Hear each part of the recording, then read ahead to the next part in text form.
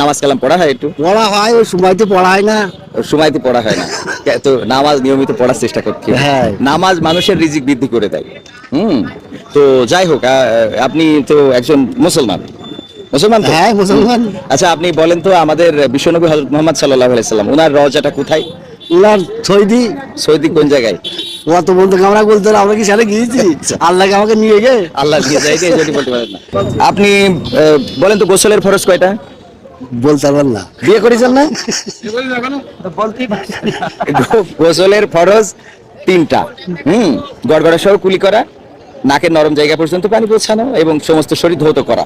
এটা যেহেতু বিয়ে করেছেন, এটা তো জানা উচিত ছিল। উজুর ফরজ কয়টা বলতে পারবেন? ওই এখন তো অত এখন খেয়াল থাকে। আচ্ছা, এখন ওইটা খেয়াল থাকে না।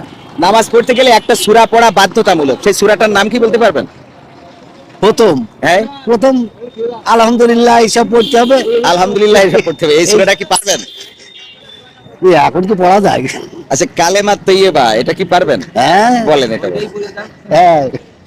কলমা তৈয়ব লা ইলাহা ইল্লাল্লাহু মুহাম্মাদুর রাসূলুল্লাহ। মাশাআল্লাহ, মুহাম্মাদুর রাসূলুল্লাহ। তো এই কালেমা শাহাদাত পারেন কি? আশহাদু আল্লা ইলাহা, এটা তাও অত বলতে এখন। কত বলতে হবে? যাই হোক, আপনি যতটুকু বলেছেন এর জন্য আমাদের পক্ষ থেকে আচ্ছা, আচ্ছা, ঠিক আছে।